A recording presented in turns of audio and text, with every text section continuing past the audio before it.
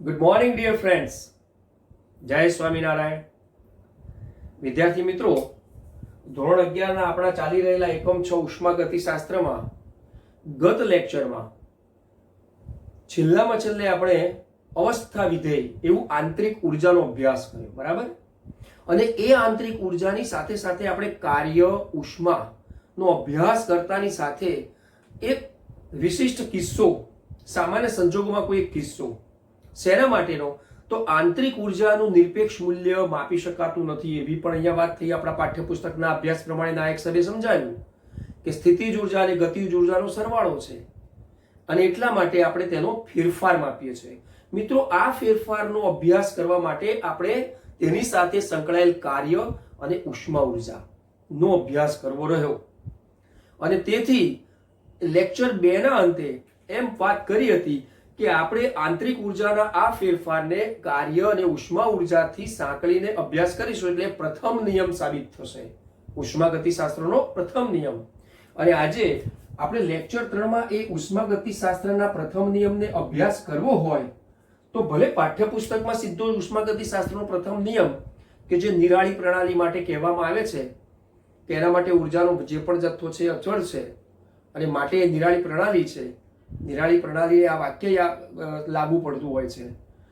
પણ આવા ઉષ્માગતિશાસ્ત્રના પ્રથમ નિયમમાં આંતરિક ઉર્જાનો જે પણ ફેરફારની વાત કરવા જઈ રહ્યા છે ત્યાં પહેલા કાર્ય સાથે સંકળાયેલું છે એટલે કાર્યનો ગહન અભ્યાસ કરવો પડે. અને એટલા માટે આપણે ઉષ્માગતિશાસ્ત્રના પ્રથમ નિયમને પાઠ્યપુસ્તકની રીતે સમજીએ તે પહેલા આ કાર્યનો ગહન અભ્યાસ આપણા પાઠ્યપુસ્તકમાં 6.2 નંબરના મુદ્દાથી આ 6.2 નંબરના મુદ્દાથી તેને અનુપ્રયોગોમાં મૂકેલો છે. હવે કોના અનુપ્રયોગો? તમને થશે કે સાહેબ આ એપ્લિકેશન્સ, ઉપયોગિતા કોની? તો આપણે જે પણ ઉષ્માગતિશાસ્ત્રનો પ્રથમ નિયમમાં જે પદ આવે છે ને કાર્ય વગેરે એમના, તો આજે આપણે આવા કાર્ય વિશેનો અભ્યાસ કરવો હોય તો ઉષ્માગતિશાસ્ત્રના પ્રથમ નિયમના અભ્યાસ પહેલા આપણે કાર્યની થોડીક સમજ મેળવી લઈએ. તો કાર્યને W ફોર વર્ક. ઓકે, હવે નાયક સાહેબે તમને એ પણ સમજાવ્યું હતું કે કાર્યના 2 પ્રકાર છે. કયા કયા? તો જોઈ શકો છો અહીંયા કે એક યાંત્રિક કાર્ય અને બીજું તો કે વિદ્યુત કાર્ય. હવે મિત્રો, આ યાંત્રિક કાર્ય આપણે ઉષ્માગતિશાસ્ત્રમાં અગત્યનું છે. શા માટે? તો જેપી જૂલ નામના વૈજ્ઞાનિક થઈ ગયા. જેપી જૂલ, જ્યારે આપણે જૂલ કહીએ છીએ ને, કિલો જૂલ, જૂલ કે જે એકમ છે, લીટર વાતાવરણમાંથી જૂલ, કેલરી, જૂલ, આ બધા જે ફેરફારો કરીએ છીએ, તો એ જેપી જૂલનો અભ્યાસ અહીંયા શું કહે છે કાર્ય વિશેનો, એ જેપી જૂલ નામના વૈજ્ઞાનિકે જે પણ કાર્ય વિશેનો અભ્યાસ કરેલો હતો એમણે એવું કીધું કે આપણે દાખલા તરીકે એક પાત્રમાં પાણી લઈએ છીએ અને એમાં 1 કિલો જૂલ જેટલું કાર્ય કરીએ. એટલે જેપી જૂલે પ્રયોગ કર્યો. શું કર્યો? તો કે એમણે એમ કીધું કે ભાઈ ચલો પાણી જે છે એ પાણી ભરેલા પાત્ર માટે આપણે એની પર કાર્ય 1 કિલો જૂલ જેટલું કરવું છે.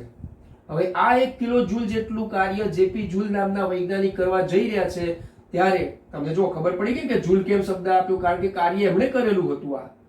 અને આ પ્રયોગો અને એવી 2 રીત જે કાર્ય માટેની એમણે સમજાવેલી હતી કે દાખલા તરીકે કાર્યને સમજવું હોય તો એનો ગહન પદાર્થ શું છે, પદનો અર્થ શું છે, તો પાણી લઈ 1 કિલો જૂલ કાર્ય કરવા માટે એના માટે સૌથી પહેલું એમણે તાપમાન શું નોંધ્યું? તો કે શરૂઆતની અંદર ધારો કે આપણે એને તાપમાન A કહીએ છીએ, બરાબર? પહેલી પરિસ્થિતિ તાપમાન A કહીએ છીએ.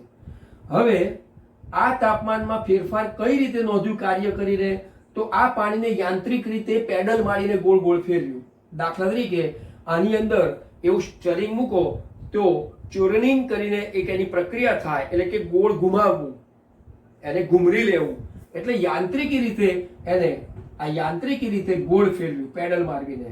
અને પરિણામે પછી તેનું તાપમાન માપ્યું તો તે વખતે તેનું તાપમાન થયું છે TB. ધેટ મીન્સ તેના પ્રારંભિક તાપમાન કરતા તેના અંતિમ તાપમાનમાં ફેરફાર થયો એટલે આટલું મળી ગયું કે TB - TA. ઓકે, ચલો આ મળે એનો મતલબ એ થયો કે ત્યાં ડેલ્ટા T થયો છે. એટલે એક પરિસ્થિતિ આ બની કે ત્યાં એમણે આવું યાંત્રિક કાર્ય સમજાયેલું છે હવે આ અહીંયા જે પણ ફેરફાર થયો છે તે કોઈ x નામનો ફેરફાર થઈ ગયો, x મૂલ્યનો ફેરફાર થઈ ગયો. તો એ વખતે આ પ્રારંભિક અવસ્થાએ જ્યારે આ એ પરિસ્થિતિમાં એની યુનિવર્સલ એનર્જી એ હતી, એમાંથી તેની યુનિવર્સલ એનર્જી b થઈ. That means here is the delta u is equal two ub minus ua. બોલો, લખી શકાશે? આ ક્લિયર થઈ ગયું? હવે આ તો તાપમાનના ફેરફારની વાત થઈ મિત્રો. હજુ કાર્યની વાત હવે આની અંદર સમાયેલી છે. કે પહેલું કયું કાર્ય કર્યું હતું? કે યાંત્રિક કાર્ય. ઓકે, હવે એમણે એક બીજી પરિસ્થિતિ કીધી, અને એ બીજી પરિસ્થિતિમાં શું કર્યું એમણે? કે આ જે પાત્ર હતું તેમાં ઇલેક્ટ્રોડ, બરાબર, એમણે વિદ્યુતીય એક સળિયો અથવા તો રોડ, એટલે કે એને સળિયો કહીશું આપણે, જેને ઇલેક્ટ્રોડ, રોડ એટલે સળિયો, અને ઇલેક્ટ્રિકલી એટલે કે આની અંદર વિદ્યુત ઉર્જા પસાર કરતાની સાથે આ વિદ્યુતીય સળિયાથી જે વિદ્યુત કાર્ય થયું છે તે વખતે તેમણે નોંધ્યું. શું નોંધ્યું? તો એ વખતે તેમણે કીધું કે શરૂઆતમાં જે એનું ટેમ્પરેચર TA અને એમાંથી TB બન્યું, તો એના માટે પણ ડેલ્ટા T એટલે TB માઇનસ TA જે પ્રાપ્ત થયું તે x મૂલ્ય પ્રાપ્ત થયું છે. હવે અહીંયા બીજા નંબરની પરિસ્થિતિ અને પહેલા નંબરની પરિસ્થિતિમાં જે પણ અત્યારે આ હું તમને લાલ પેનથી કરી બતાવું છું મિત્રો, આ બોક્સ x અને આ x એ બંને સમાન થયા. તો આનો મતલબ એ થયો કે યાંત્રિક કાર્ય કે વિદ્યુત કાર્ય, પરંતુ જેપી જૂલ નામના વૈજ્ઞાનિકને બંને પરિસ્થિતિની અંદર આવા કાર્યમાં તેમણે સમાનતા બતાવી છે. તો હવે આ કાર્ય થયું છે, તો આપણે યાંત્રિક કાર્ય કે વિદ્યુત કાર્ય? તો આમાં માત્ર વિદ્યુત ઉર્જા પસાર કરી છે, કે વિદ્યુત ઉર્જાના કારણે તેમાં તાપમાનમાં ફેરફાર થયો. જ્યારે અહીંયા તો શું કર્યું મિત્રો? ખબર પડી? તેમાં યાંત્રિક રીતે બળ લગાવ્યું છે. એક્ઝેક્ટલી ખ્યાલ આવ્યો? બળ લગાવ્યું છે, પેડલ માર્યા છે, એને ઘુમરાયું છે, અને એટલા માટે ત્યાં યાંત્રિકી ક્રિયા કરી. અને એ યાંત્રિકી ક્રિયા કરી એટલે સ્વાભાવિક રીતે કે ત્યાં યાંત્રિક કાર્ય થયું છે, બાહ્ય બળ લગાવ્યું છે.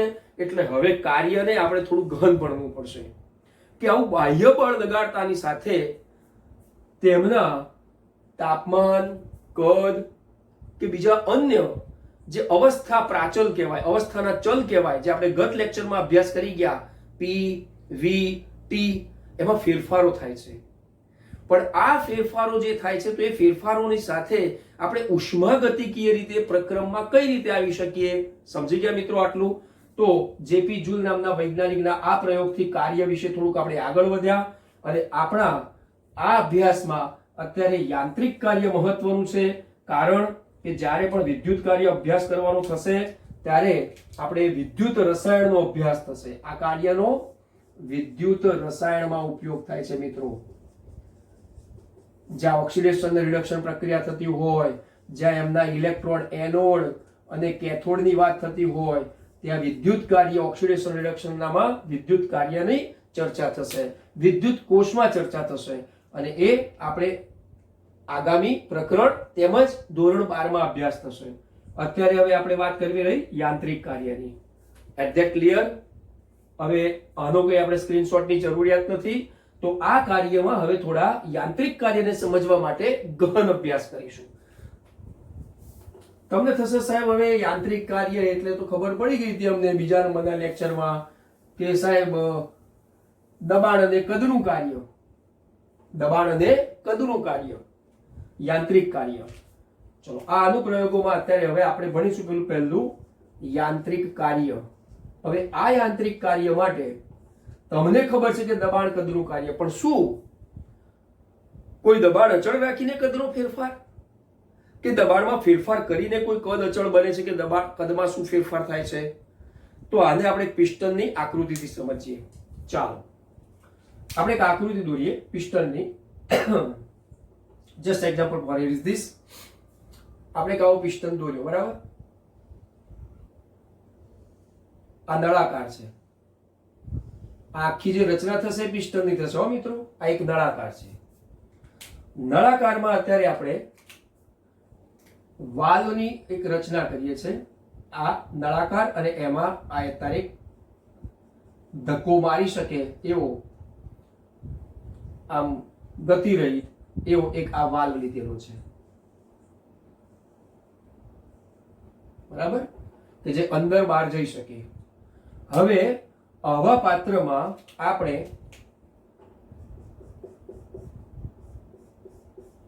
આ આદર્શ વાયુ ભર્યો છે.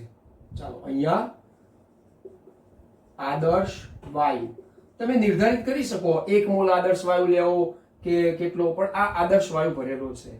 હવે તમે જોઈ શકો છો કે હું અહીંયા એનું નોમેનક્યુલેટર્સ કરીશ કે અત્યારે આ આદર્શ વાયુ જે ભરેલો છે તે તેની પ્રારંભિક પરિસ્થિતિનું જે કદ છે ને, કદ એ મિત્રો ઇનિશિયલ કદ કહેવાય. આઈ ફોર ઇનિશિયલ, પ્રારંભિક કદ છે જ.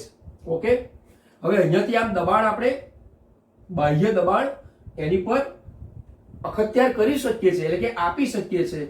તો હું આમ કહીશ કે આની ઉપર હવે આપણે દબાણ આપવું છે એ બાહ્ય દબાણ કહેવાય. બાહ્ય ગુજરાતીમાં પણ લખાય અથવા તો EX ફોર એક્સટર્નલ દબાણ છે. બાહ્ય દબાણ આપી શકીએ. ઓકે, ક્લિયર થઈ ગઈ આટલી વસ્તુ. હવે મિત્રો જેવું ને તમે આપણે બાહ્ય દબાણ આપવાની વાત કરો છો તો ફરીથી પાછી આકૃતિ મારે દોરવી પડે એવી છે. તો હું શું કરું છું મિત્રો, ચલો VI અહીંયા થઈ ગયું આ લાઈન ઉપર, પણ જેવું ને બાહ્ય દબાણ આપો છો એટલે તરત જ સમજો બરાબર મિત્રો, એક જ આકૃતિમાં સમજાવું છું. એટલે આ પિસ્ટન અંદરની તરફ દબાશે. સમજી લો આ પિસ્ટન દબાતાની સાથે તેણે બાહ્ય દબાણ હેઠળ આ પિસ્ટન ધારો કે આટલે સુધી તેણે આ દબાણ કર્યું છે. બરાબર, આ દબાણ આવી ગયું, ચાલો આટલે સુધી. તો આનો મતલબ કે જે અંદર આદર્શ વાયુ ભરેલો છે તે શું થયો, વિસ્તરણ પામ્યો કે સંકોચન?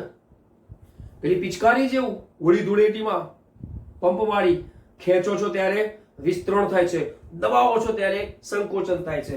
તો અહીંયાથી દબાણ, ધેટ મીન્સ P એક્સટર્નલ, એ અંદરની તરફ દબાણ કરે છે એટલે બધો જ વાયુ કોમ્પ્રેસ થશે. આ અંદર દબાયો છે. બરાબર, હવે આ જે છે ને આપણે પિસ્ટન, એ પિસ્ટન અહીંયાથી આપણે ઘૂસી અને કેટલે સુધી લઈ ગયા જોયું, એનું દબાણ વધ્યું એટલે એ દબાણ આટલે સુધી આવ્યું.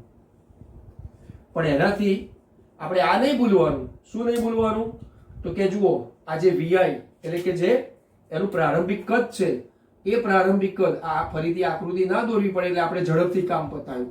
આનો મતલબ કે અહીંયા પ્રારંભિક કદ હતું. ઓકે, સમજાઈ ગઈ વસ્તુને?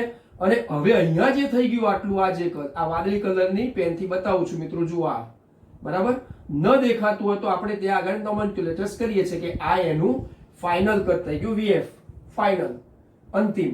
તો VI અને VF આ બંને થઈ ગયા, અહીંયા કોમ્પ્રેસ થયું. આનો મતલબ એ થયો કે અહીંયા આ બંને વચ્ચેનું જે પણ ડિસ્ટન્સ, ધેટ મીન્સ કે તેની એક L લંબાઈ થઈ ગઈ, આ L. ઓકે, અને અહીંયા કંઈક એનું આટલું ક્ષેત્રફળ મળી ગયું છે. આ જે ક્ષેત્રફળ મળ્યું એને મિત્રો હું આવી રીતે કાળી પેનથી આમ થોડું થોડું આચ્છાદિત કરી નાખું. ઓકે, શું કહીશું આને આપણે? આને આપણે કહીશું એનું એરિયા, ક્ષેત્રફળ. આટલું ક્ષેત્રફળ ઘટ્યું કે વધ્યું? તો કે સાહેબ થોડું ઘટ્યું છે. ઓકે, હવે આને આલેખ દ્વારા જો સમજવું હોય તો જો બાજુમાં આલેખથી હું તમને સમજાવી આપું, જે આપણા પાઠ્યપુસ્તકમાં આલેખ દ્વારા પણ આવું સમજાવ્યું છે. અહીંયા V લઈ લો અને અહીંયા P લઈ લો. ઓકે, ચલો આમ V વધારે જતું. હવે અહીંયા આપણે આનું આ નોમેનક્યુલેટર્સ કરી દઈએ તો જ્યારે પણ અહીંયા P એક્સટર્નલ ખૂબ વધારે આપ્યું છે આ અહીંયા, તો એ વખતે અહીંયા VI હતું. ઓકે, ધારો કે ચલો એ આપણે આમ કહીએ, આ VI છે, આ પ્રારંભિક કદ હતું અને તેનું P એક્સટર્નલ આટલે છે. હવે જેવું ને તેની ઉપર P એક્સટર્નલ આપ્યું છે તો એનો મતલબ કે તે પોતે VF સુધી પ્રેશરાઇઝ થયું છે. તો VF સુધી પ્રેશરાઇઝ થયું એનો મતલબ શું થયો? આટલે સુધીનું અહીંયા જે છે ને એ મિત્રો આ આચ્છાદિત જે મેં ભાગ કર્યો છે ને, આ રે જોઈ લો, આ એ એનું શું થશે? એરિયા, ક્ષેત્રફળ છે. કોના કારણે થયું? આ પિસ્ટન પર બાહ્ય દબાણ લાગવાના કારણે થયું. આનો મતલબ શું થયો? કદમાં ફેરફાર થયો. લો ચલો, કદમાં ફેરફાર થયો છે. કોના કારણે થયો છે? પિસ્ટન તા બાહ્ય દબાણના કારણે થયો. તો આ જે ક્ષેત્રફળ છે એ ક્ષેત્રફળ બરાબર શું થશે? તો કે PEX ડેલ્ટા V. બોલો, ખ્યાલ આવ્યો આટલો? આવું જ થશે. હવે આને ગાણિતિક રીતે આપણે સમજાવવું છે તો કદમાં થયેલો જે ફેરફાર છે એ કદમાં થયેલો ફેરફાર શું બતાવે છે? તેનો એરિયા અને તેની લેન્થ, એટલે કે તેનું ડિસ્ટન્સ. એટલે હું અહીંયા એવું લખી શકીશ મિત્રો કે કદમાં થતો ફેરફાર ખાસ ધ્યાન રાખજો મિત્રો. હવે આગળ કદમાં થતો ફેરફાર is equal to L dot A. બોલો ખબર પડી? આ એલ ડોટ એ આ ક્ષેત્રફળ છે આ ક્ષેત્રફળ, આને આપણે ક્ષેત્રફળ કીધું એ છે ને, અને આ એની લેન્થ છે આટલી, બરાબર? કે આટલું અહીંયાથી એનું કદમાં ઘટાડો થયો, આ આટલે સુધી અહીંયા પિસ્ટન આવી ગયો છે. આ લેખમાં જોઈએ તો, આ આલેખની રીતે આપણે સમજાવીએ તો l dot a is equal to શું મળ્યું આપણી પાસે? Delta v. કેમ? કારણ કે તમે જોઈ શકો છો કે એ ડોટ એલ કોના કારણે? પી ડોટ ઈ, અને એના કારણે કદમાં ફેરફાર થયો છે. હવે આ કદમાં જે ફેરફાર થયો, તો કદમાં શું ફેરફાર થયો એલ ડોટ એ નો?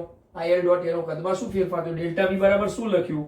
તો ડેલ્ટા વી બરાબર જુઓ, વીઆઈ માંથી વીએફ, એટલે કે પ્રારંભિક કદમાંથી અંતિમ કદ થયું, પણ અંતિમ કદનું ઘટાડો થયો છે. ધેટ મીન્સ ગમે તે થયું હોય, આપણે આવું લખી શકાય ઇઝ ઇક્વલ ટુ એના બરાબરમાં જ શું લખી શકાય? VF minus Vi.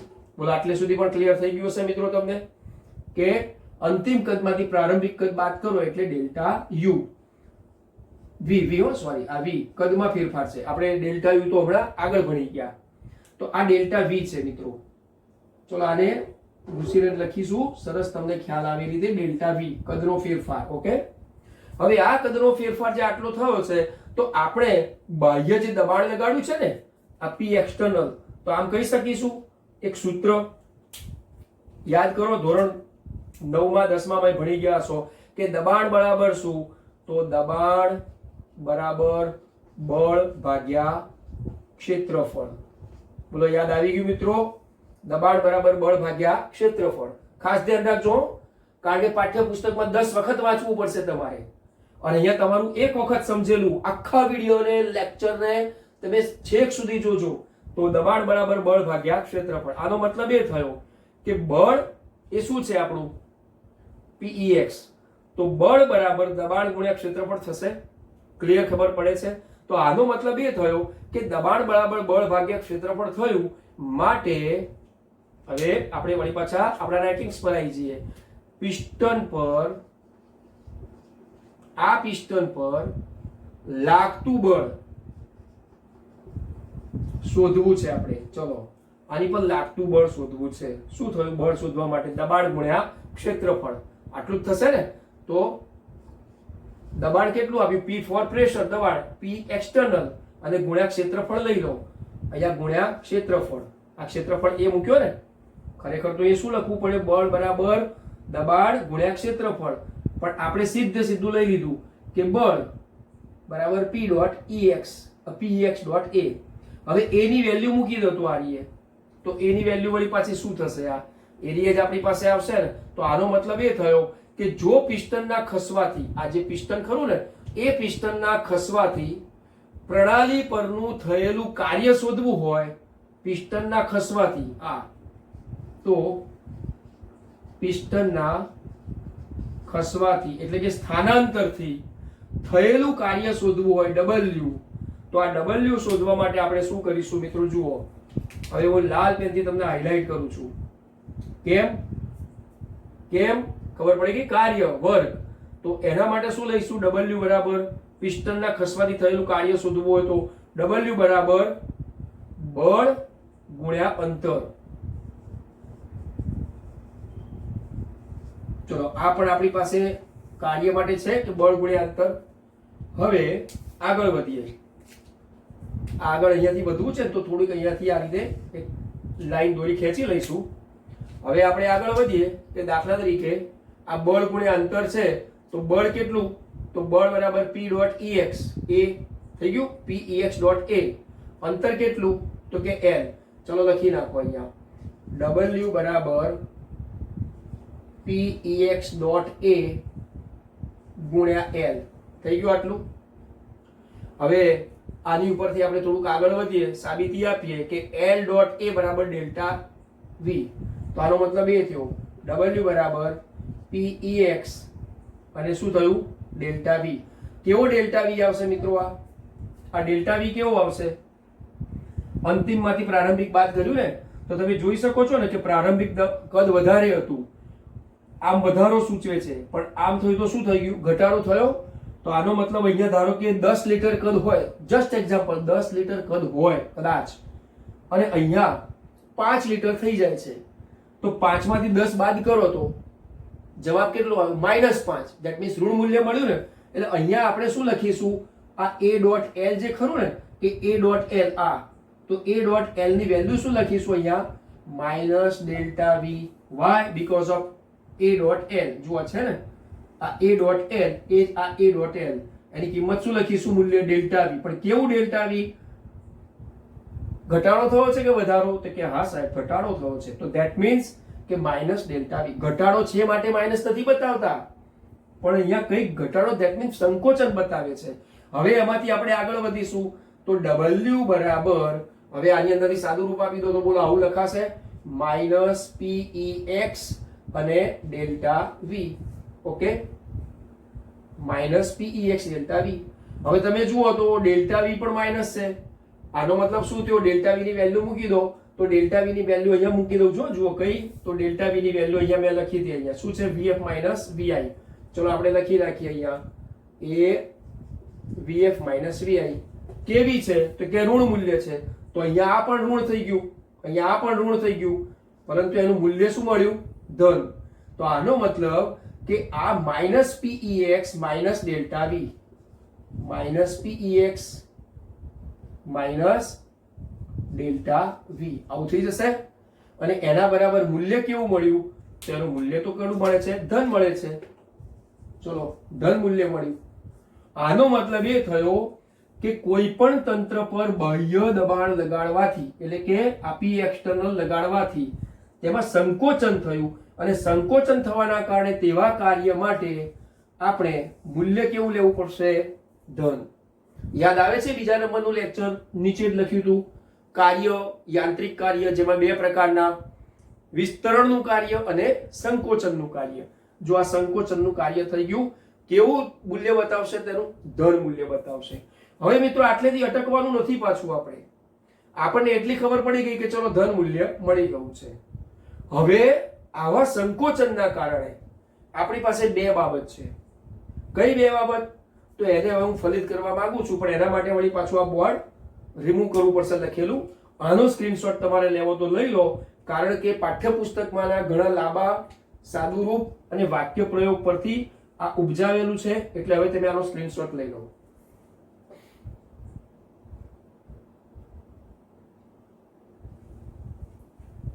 Now રિબેક two this hour point.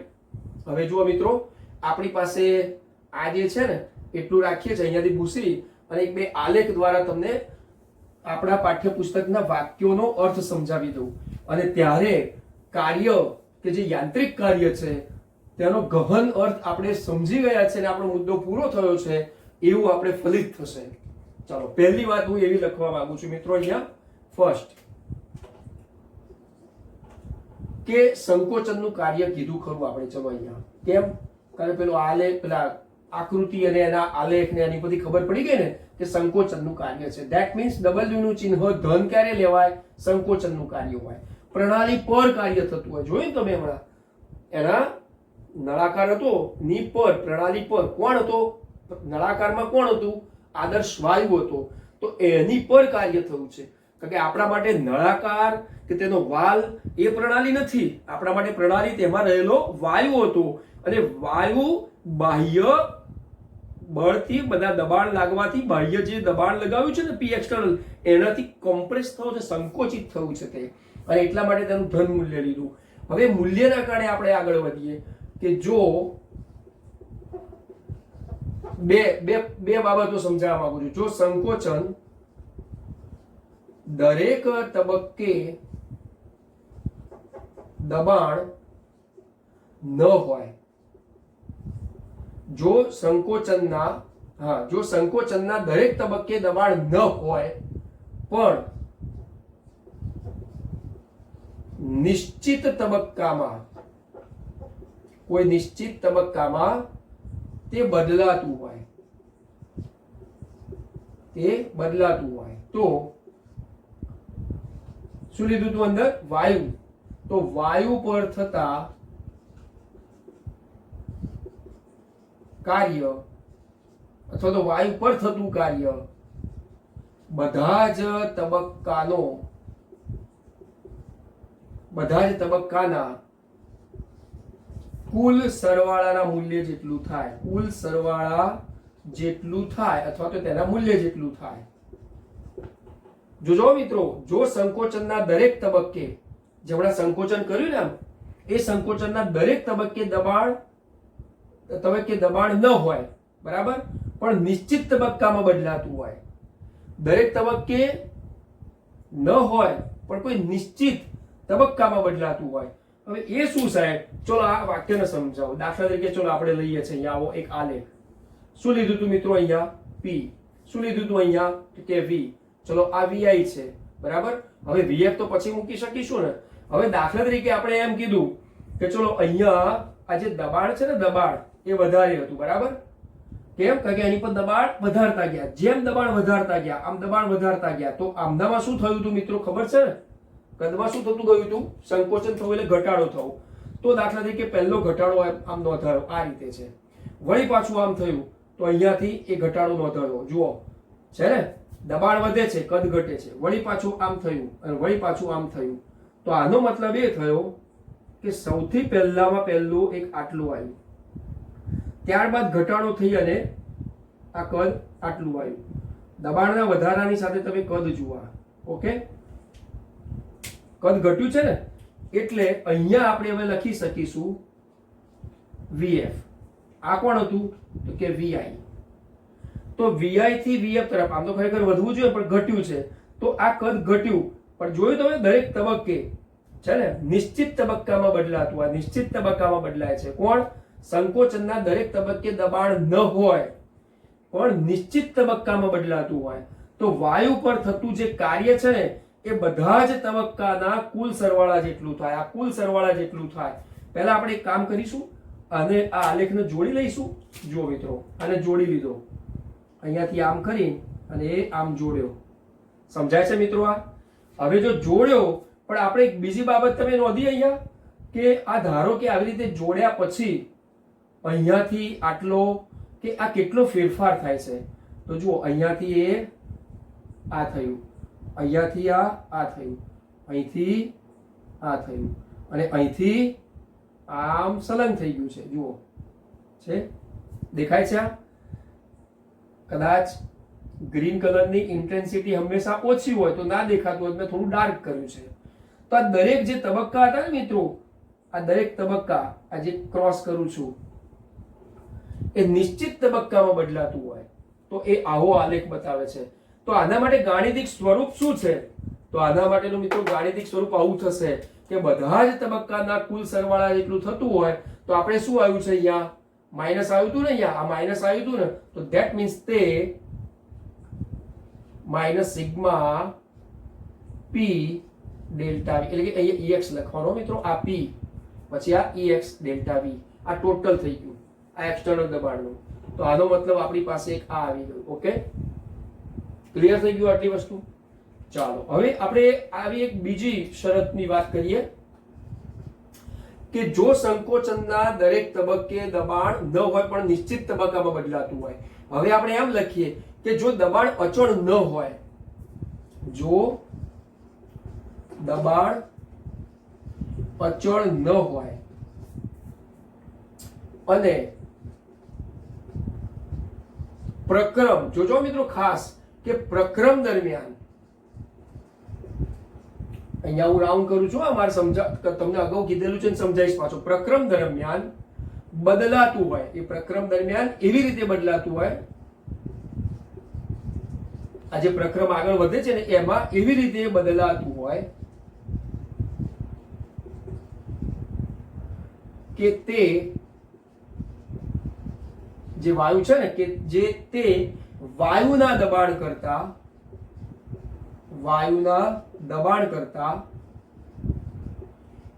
અનંત સૂક્ષ્મ, એટલે કે ધીમા તબક્કે આપણે લખી શકીએ. પણ આ પાઠ્યપુસ્તકના શબ્દો છે મિત્રો, આ ગુરુજનોને મગજમાં રાખવા પડે છે. અનંત સૂક્ષ્મ તબક્કે એટલે કે અનંત સૂક્ષ્મ રીતે કે તબક્કે, એટલે જુઓ એક અને આને પણ હું રાઉન્ડ કરું છું, બરાબર. એવું પ્રક્રમ છે કે જે અનંત સૂક્ષ્મ રીતે વધારે હોય. મિત્રો આ વાક્યોને સમજવા એટલે થોડું કઠિન પડશે તમને, પણ સમજાવી દઉં છું, ચિંતા ના કરો. જો આલેખમાં ખબર પડી ને કે નિશ્ચિત તબક્કામાં બદલાતું હોય, બધા તબક્કામાં બદલાતું હોય. હવે એવો આલેખ આપણે અહીંયા દોરીએ તો મિત્રો આવો થશે. જો આ આલેખ દોર્યો, લો આ આલેખ શું હતું અહીંયા? V. કોણ હતું અહીંયા? Vi. કોણ હતું અહીંયા? Vf. આ જ આલેખ હો, અને અહીંયા P છે. ઓકે, દબાણ જેમ જેમ વધશે એમ કદ ઘટે છે ને, તો આપણો આલેખ આવો જ થશે. લો આ અહીંયા બતાવજો મિત્રો ખાસ, આ જોજો પાછું, આ Vi છે, આ Vf છે, અહીંયા Vf. આવો આલેખ થઈ ગયો. આ તો આપણો અક્ષ છે. જોજો આ દબાણ લીધું છે, અહીંયા કદ લીધેલું છે. આ જોજો પાછા, આ મેં અહીંયા જે તમને વાત કરી ને, ખરેખર લીલા કલરની પેનથી સમજાવવા જેવું હતું આ આલેખને, કારણ કે પેલા બાજુમાં લીલા કલરની પેન લીધેલી છે એટલે પછી તમારે આ સિમિલારિટી થઈ ગઈ. ઓકે, તો આ આલેખ પરથી તમને ખ્યાલ આવ્યો કે જો દબાણ અચળ ન હોય અને પ્રક્રમ દરમિયાન એવી રીતે બદલાતું હોય કે તે વાયુના દબાણ કરતા અનંત સૂક્ષ્મ રીતે વધારે હોય.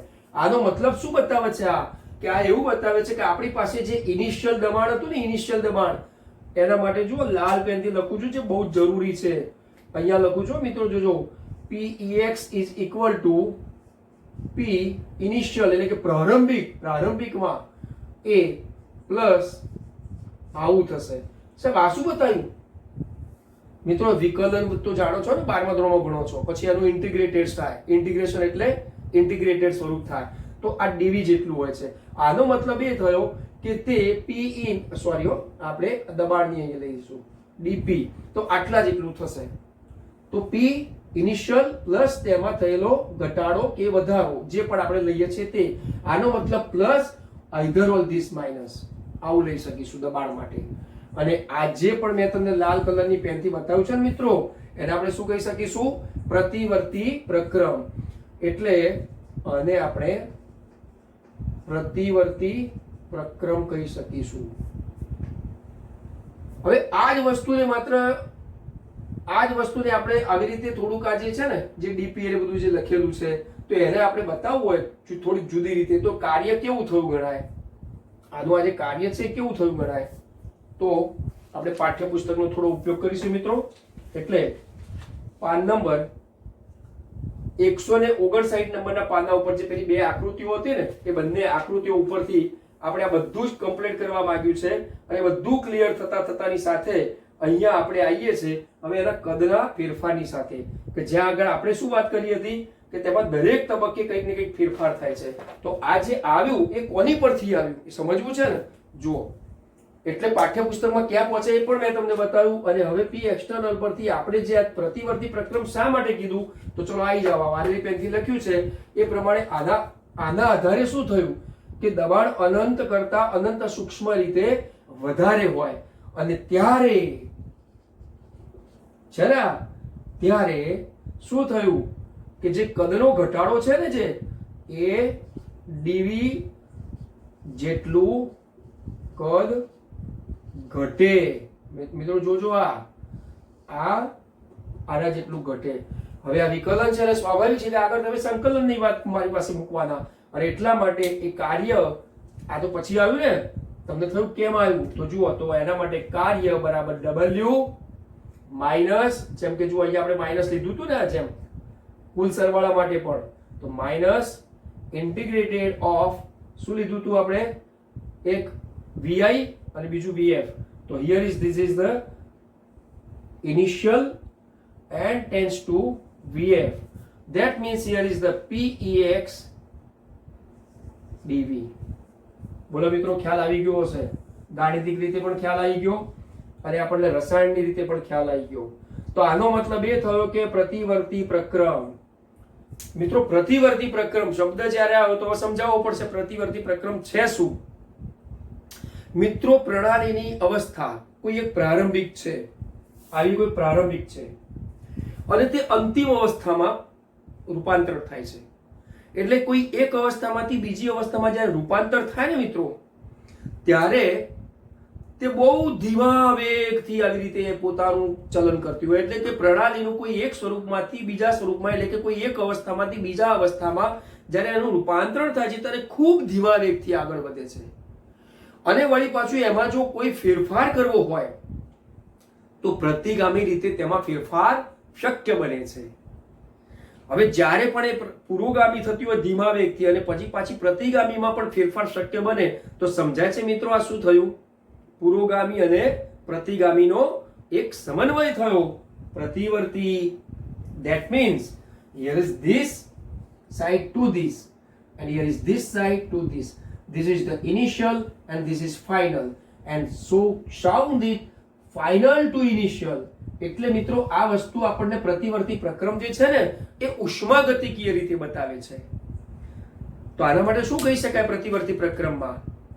કે પ્રણાલીના જે ભૌતિક ગુણધર્મના મૂલ્ય ખૂબ સૂક્ષ્મ રીતે એટલે કે માઇક્રોસ્કોપિક રીતે એ ધીમામાં ધીમા વેગથી બદલાતા હોય. એટલે પ્રણાલીનું કોઈ એક પ્રારંભિક અવસ્થામાંથી અંતિમ અવસ્થામાં ધીમા વેગથી તે પોતે કોઈ પ્રક્રમ કરી રહ્યું છે અને ત્યારે તે પુરોગામીમાંથી પ્રતિગામી રીતે પણ ધીમા વેગથી આગળ વધી શકે અને જે ફેરફારો નોંધાય અને જે પ્રક્રમ થાય ત્યારે પ્રતિવર્તી પ્રક્રમ કહીએ છીએ. અને આ પ્રક્રમ ઉષ્માગતિકીય સંતુલન હેઠળ થતા હોય ત્યારે આને આપણે ઉષ્માગતિકીય પ્રતિવર્તી પ્રક્રમ તરીકે કહીશું. ક્લિયર? તો આવા ઉષ્માગતિકીય પ્રતિવર્તી પ્રક્રમ થયા તો તમને એમ થશે સાહેબ અપ્રતિવર્તી પ્રક્રમ કોને કહેવાય? તો મિત્રો અપ્રતિવર્તી પ્રક્રમ ધેટ મીન્સ that ક્લિયર કે ઝડપી થઈ જતી હોય, એકદમ ઝડપી અને પ્રતિગામી દિશામાં શક્ય બનતી ના હોય. તો બોલો બે પ્રક્રમ પણ ખબર પડી ગઈ. પ્રતિવર્તી પ્રક્રમ પ્રણાલીના એક અવસ્થામાંથી બીજી અવસ્થામાં સૂક્ષ્મ તબક્કે ધીમે ધીમે અને વળી પાછી પ્રતિગામી દિશામાં પણ શક્ય બનતી હોય. એટલે બે વાત થઈ, બે મુદ્દા ધ્યાનમાં રાખવાના. પ્રતિવર્તી માટે શું? ધીમા વેગથી અને પ્રતિગામી શક્ય બને. અપ્રતિવર્તીમાં શું? ઝડપી અને પ્રતિગામી શક્ય બનતી નથી. તો પ્રતિવર્તી પ્રક્રમ અને અપ્રતિવર્તી પ્રક્રમ. હવે મિત્રો આટલો સઘન અભ્યાસ કાર્ય માટે થયો છે. સો આઈ હોપ કે તમે કાર્યને પાઠ્યપુસ્તકમાંથી વાંચીને પણ આલેખોની મદદથી કે પાઠ્યપુસ્તકમાં જે આકૃતિ આપી અને જે આલેખો આપ્યા છે તેને ખૂબ સારી રીતે અભ્યાસ કરી શકશો. એટલે મિત્રો આ જે પદ સુધીનો સ્ક્રીનશોટ લઈ લીધો હતો ને, હવે તમારે જો આવા વાક્યોનો ને એનો સ્ક્રીનશોટ લેવો હોય તો આને અહીંયાથી હું આટલું દૂર કરું પછી તમે સ્ક્રીનશોટ લઈ શકો છો અને પછી આપણા સમય પ્રમાણે આપણે ઉષ્માગતિ શાસ્ત્રના પ્રથમ નિયમનો અભ્યાસ કરીએ.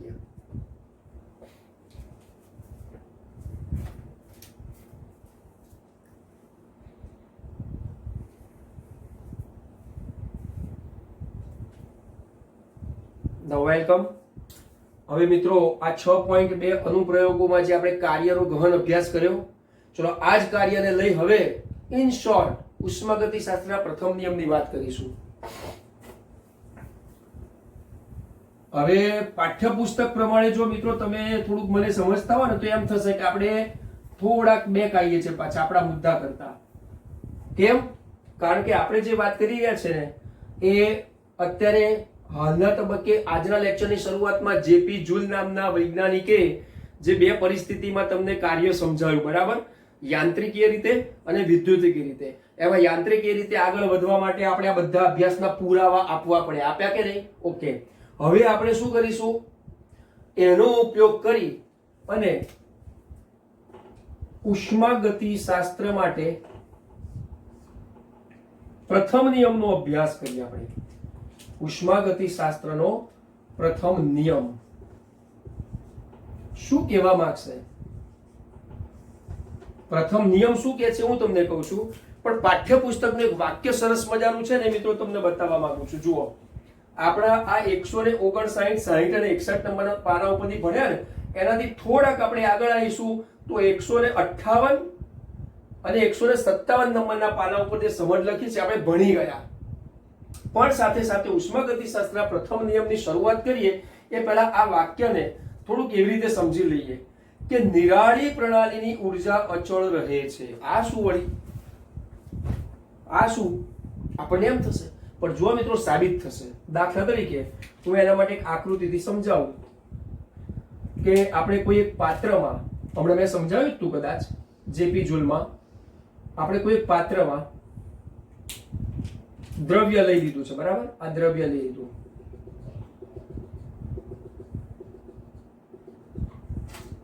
એટલે અહીંયા દ્રવ્ય તો છે આ, બરાબર, એટલે પ્રણાલી તો છે, પણ એના માટે આ દ્રવ્ય પર એટલે કે આ પ્રણાલી પર બાહ્ય પર્યાવરણની ઉષ્માની કોઈ અસર થતી નથી. શું સાહેબ તમે જે અમને ગપ્પા મરાવો છો, આ ખુલ્લી પ્રણાલી છે. બસ એ જ વાત કરવા જઈ રહ્યો છું મિત્રો.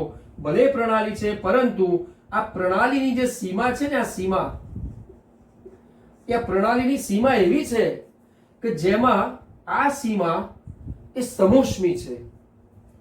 પ્રક્રમની વાત કરીએ, પ્રતિવર્તી પ્રક્રમ, તો અહીંયા સમોષ્મી બની જાય છે. આનો મતલબ શું થયો કે તેની પર ઉષ્મીય કોઈ ફેરફાર અનુભવાતો નથી. ધેટ મીન્સ આ સીમા સમોષ્મી છે. અને સમોષ્મી હોય એટલે શું થઈ જાય ખબર છે મિત્રો? Q નું મૂલ્ય 0 થઈ જાય. આ સમોષ્મી છે. અને અંગ્રેજીમાં જો આપણે કહેવું હોય ને તો એને એડિયેબેટિક્સ કહીએ છીએ.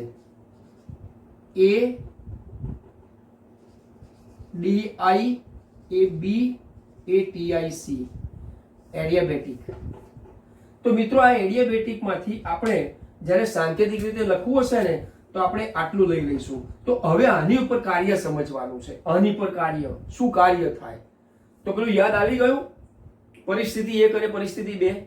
આનો મતલબ કે જ્યારે આવી પ્રણાલી પર પર્યાવરણની ઉષ્મીય કોઈ ફેરફાર ના થતું હોય અને જે કાર્ય થતું હોય તો WAD જે છે ને, આ WAD એ આપણે શોધવાનું છે. શું થયું? આ શું થયું હશે? માઇનસ નથી લખ્યો, જોજો. WAD શું થયું હશે? આનો મતલબ કે એવી પ્રણાલી કે જેમની પર ઉષ્માનો કોઈ ફેરફાર નથી થતો, અને તમને એમ પૂછ્યું હોય કે કોઈ એક પ્રણાલીમાં ઉષ્મીય કોઈ ફેરફાર થતો નથી, તો તેના માટે આંતરિક ઉર્જાનો ફેરફાર શું?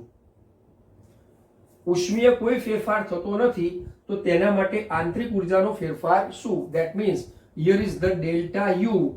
What is the value? શું થશે આની વેલ્યુ? અત્યારે પ્રશ્નાર્થ છે ને, હમણાં શોધી લઈએ. ચલો, આના માટે આપણે એક કામ એવું કરીએ છીએ કે પાઠ્યપુસ્તકમાં જે પણ આપણને જેપી જુલના પ્રયોગો આપ્યા એના કરતા હું તમને અહીંયા એવું લખી સમજાવું કે દાખલા તરીકે યુવન ઉર્જા ધરાવતી કોઈ એક પ્રણાલી, જોજો બરાબર, કોઈ એક પ્રણાલી જે છે યુવન ઉર્જા ધરાવતી પ્રણાલી જ્યારે U2 અવસ્થા પ્રાપ્ત કરે છે ત્યારે તે Q ઉષ્મા મેળવીને, સાહેબ તમે તો કહો છો સમોષ્મી છે, એક્ઝેક્ટલી, પણ હવે ધારી લો કે તેની પર આપણે એવું કોઈ કાર્ય કરાવવા માંગીએ છીએ. હમણાં કર્યું ને કાર્ય, પ્રણાલી પર કાર્ય થયું ને, તો પર્યાવરણીય અસર એવી થાય છે કે યુવન અવસ્થા ધરાવતી કોઈ એક પ્રણાલી Q ઉષ્મા ઉર્જા મેળવીને, એટલે કે Q મેળવીને તેની પર કાર્ય થાય છે. આ યુવન ઉર્જા ધરાવતી પ્રણાલી પર Q ઉષ્માનું શોષણ થઈ અને W જેટલું કાર્ય થાય છે. બરાબર? આટલું કાર્ય થયું. તો આનો મતલબ શું થયો? પ્રણાલી પર કાર્ય થયું છે. ધેટ મીન્સ W જેટલું કાર્ય થયું, એટલે કે કંઈક સંકોચનનું કાર્ય થયું હશે. હવે જો સંકોચનનું કાર્ય થયું કે વિસ્તરણનું કાર્ય થયું, પણ W જેટલું કાર્ય થયું અને જ્યારે Q આવ્યો છે તો આનો મતલબ એ થયો કે ડેલ્ટા U લખાશે મિત્રો અહીંયા. અને મેળવીને એટલે શું થયું? ઉષ્મા મેળવે છે એટલે શોષક થયું. ધેટ મીન્સ U2 - U1 કરશો તો એનો ફેરફાર જે છે ને, એનો ફેરફાર અહીંયાથી મળી જશે આ પ્રક્રમ પરથી. ભલે અહીંયા સમોષ્મી પ્રક્રમ લીધું હતું કે સમોષ્મી પ્રક્રમમાં ડેલ્ટા U શું છે તો હમણાં આપણે શોધી શકાશે, પણ U2 - U1 is equal to શું થશે? Q ઉષ્મા મેળવીને W જેટલું કાર્ય થાય છે. That means here is this. So this is the delta U. U2 - U1 આવી ગયું ને, એટલે એની પરથી હવે આપણે શું કરીશું? આનું સાદું રૂપ ડેલ્ટા U. ઓકે, આનો મતલબ શું થયો? નિરાળી પ્રણાલી ઉષ્મા ઉર્જા માટે, બતાવું વાક્ય પાછું જોઈ લો મિત્રો. જો આ 159 નંબરના પાના પર નિરાળી પ્રણાલીની ઉર્જા અચળ રહે છે. કેમ?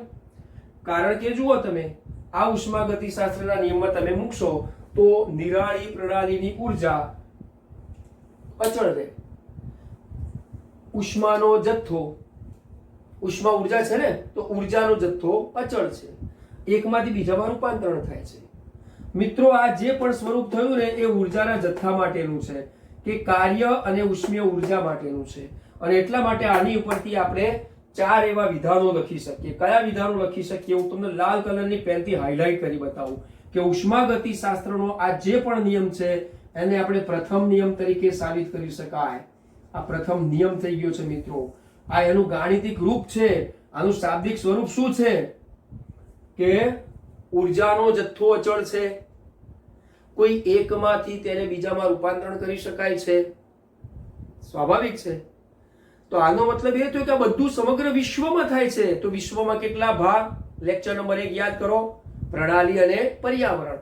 So now dear friends, this is the delta U is equal to Q plus W. This is the rule of the first law of thermodynamics, and here is this the mathematically, but in the sentence that means of the in Gujarati ઉર્જા સંરક્ષણનો નિયમ એ હકીકતમાં પ્રથમ નિયમ છે અને માટે કહી શક્યા કે નિરાળી પ્રણાલી જે છે એ ઉર્જાનો જથ્થો અચળ રાખે છે. કેમ? કારણ કે નિરાળી પ્રણાલી જેમાં દ્રવ્ય અને ઉર્જા કોઈનો વિનિમય શક્ય નથી. સાહેબ આમાં તમે જુઓ તો સમોષ્મી પ્રક્રમ હતું તો શું થશે? તો અહીંયા શું થશે? માત્ર જે પણ કાર્ય થયું ને સમોષ્મી પ્રક્રમનું કાર્ય છે. ધેટ મીન્સ આનો જવાબ શું બન્યો? W એડિયાબેટિક છે ને. હવે ક્યારે કેમ થાય તમને કે સાહેબ તમે આનો જવાબ આપીએ તો આપણે કે ડેલ્ટા યુ નું શૂન્ય મૂલ્ય ક્યારે મળે? આ શૂન્ય આંતરિક ઉર્જાનો ફેરફાર શૂન્ય ક્યારે થાય? બોલો. પ્રતિવર્તી પ્રક્રમ ભણી ગયા ને આપણે, ઉષ્માગતિ શાસ્ત્રના નિયમમાં મૂકી દો. પ્રણાલીએ મેળવેલી તમામ ઉર્જા કાર્ય કરવામાં વપરાઈ જાય. સાંભળજો બરાબર. પ્રણાલીએ મેળવેલી ઉર્જા જો કાર્યમાં વપરાઈ જાય, જે પણ કાર્ય થયું હોય એમાં વપરાઈ જાય. ધારો કે ઉષ્મા ઉર્જા છે, કિલો જૂલમાં મપાશે. કાર્ય છે, જેપી જૂલ નામના વૈજ્ઞાનિકથી કિલો જૂલમાં એકમ આવ્યો. તો ધારો કે એમ સમજી લો કે 50 કિલો જૂલ તો કાર્ય કરવામાં વપરાઈ ગઈ. ધેટ મીન્સ પ્રણાલી દ્વારા કાર્ય થયું. તો શું મૂકશો? -W. તો 50 - 50 વપરાઈ ગઈ. ધેટ મીન્સ ડેલ્ટા યુ બરાબર 0. એટલે પેલા 4 વિધાનો મિત્રો હું તમને આપવા માંગુ છું. કયા 4 વિધાનો? ધ્યાન રાખજો ખાસ, અને પછી આપણે તેનાથી આગળ વધીશું નેક્સ્ટ લેક્ચરમાં. પણ પહેલું વિધાન છે એ Q માટે કહું છું. શું છે પહેલું વિધાન? તો પ્રણાલી જો ઉષ્મા મેળવે છે તો એ ઉષ્મા શોષક પ્રક્રિયા છે. એટલે કે ઉષ્મા શોષક પ્રક્રમોમાં કે પ્રક્રિયાઓમાં Q નું મૂલ્ય કેવું લેવાશે? ધન. ઉષ્મા ક્ષેપક પ્રક્રિયાઓમાં Q નું મૂલ્ય કેવું લેવાશે? તો કે ઋણ. મુક્ત કરે છે.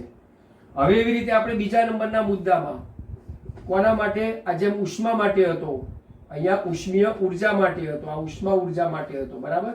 તો અહીંયા હવે આપણે શું લઈએ છે? કાર્ય. W કાર્ય માટે લઈએ છે. એનું પહેલું વિધાન કાર્ય જે ગહન ભણી ગયા ને, તો પહેલું વિધાન એવું બનાવો કે જો સંકોચનનું કાર્ય થતું હોય અથવા તો પ્રણાલી પર, ચલો આપણે એવું લખીએ અહીંયા વિધાન જેમ આના જેમ કે પ્રણાલી પર કાર્ય થાય. કોણ કરે? પ્રણાલી પર કાર્ય થાય. કોણ કરે? પર્યાવરણ. પ્રણાલી પર કાર્ય થાય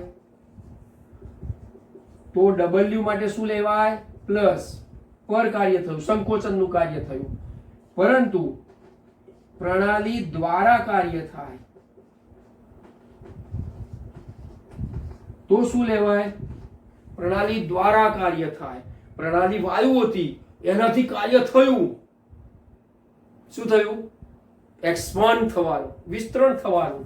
તો વિસ્તરણના કાર્ય માટે માઇનસ.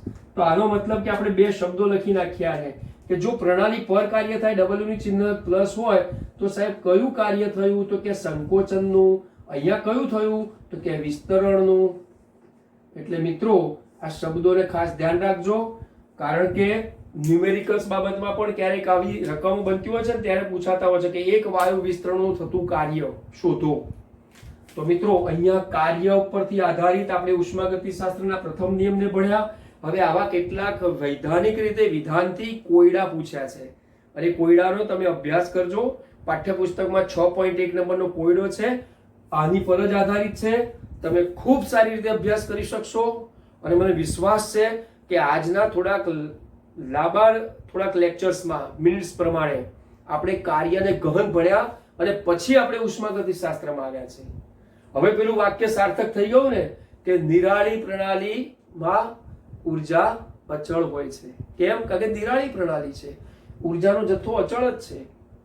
અને ક્યારેક જો ઉષ્મીય રીતે ફેરફાર કરીએ છે કે કાર્ય માટે પ્રણાલી પોતે કરે છે કાં તો પ્રણાલી પર થાય છે, તો આપણે આ વિધાનો તૈયાર રાખવા પડે. આનો સ્ક્રીનશોટ તમે લઈ લીધો હશે.